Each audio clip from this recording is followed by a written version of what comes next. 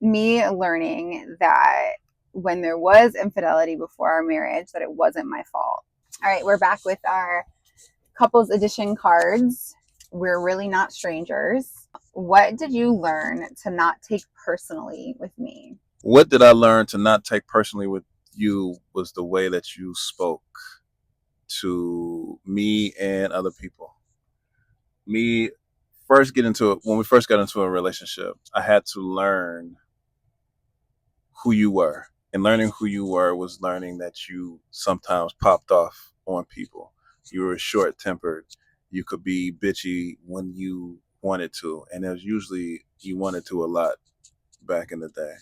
And that was something that I had to learn not to take personal because my previous relationship, I left because of that exact specific point of the way somebody was talking to me, the way she was talking to me. And it took me being able to learn you more to see why you felt like it was okay to speak and carry yourself like that.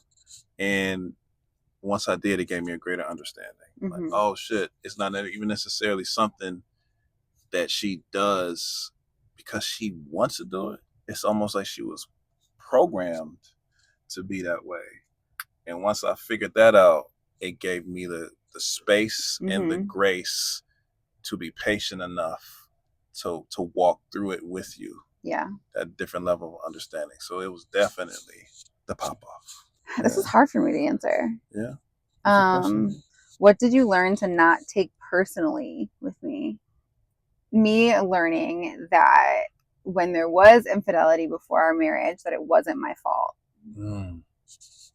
That it was something that you had internally that you needed to work on within yourself, and that it wasn't me. Because I know there were things like, well, I tried to talk to you about this and you wouldn't listen to me, and it made me feel like it was me. Yeah. But it wasn't me. Yeah. Like if somebody is being unfaithful, I see why someone else would be like, well, you didn't fulfill me in this capacity, so I went and did this, right? Yeah. But that's not that person's fault. Right. There's just a difference of opinions and communication and understanding, and what you're feeling isn't being it's not aligning with the other person. It's just a misalignment. And I think it's easy to blame the partner, the other person, instead of taking accountability for your own actions. Like, you know what, I was feeling a void within myself that wasn't being fulfilled. Maybe it wasn't being communicated, or maybe there was just maybe it was being communicated, but there was just a misalignment there. But the person who was cheated on, I don't think you can blame them. No. Unless you're like, oh, you cheated on me, I'm cheated on you. Like, but even then, it's still a choice. Yeah, it is. You're right. It is. It's 100% a choice. So, for me, I had to learn not to take it personally, because that's not my fault. It's not. Like, that was you and the decision that you made, and now you have to deal with the consequences of it, whether it's being with me or without me. That's a fact. That's an excellent answer, and I'm glad you shed light on that, because that's deep. I will say this to add on to that answer for more of a deeper rooted understanding. I've learned that for a lot of people who actually do step outside of their relationships, that cheating is the therapy for the person. A lot of the times they feel like that's their only choice that they can make to look for the therapy or the connection or whatever it is that they feel like they were lacking.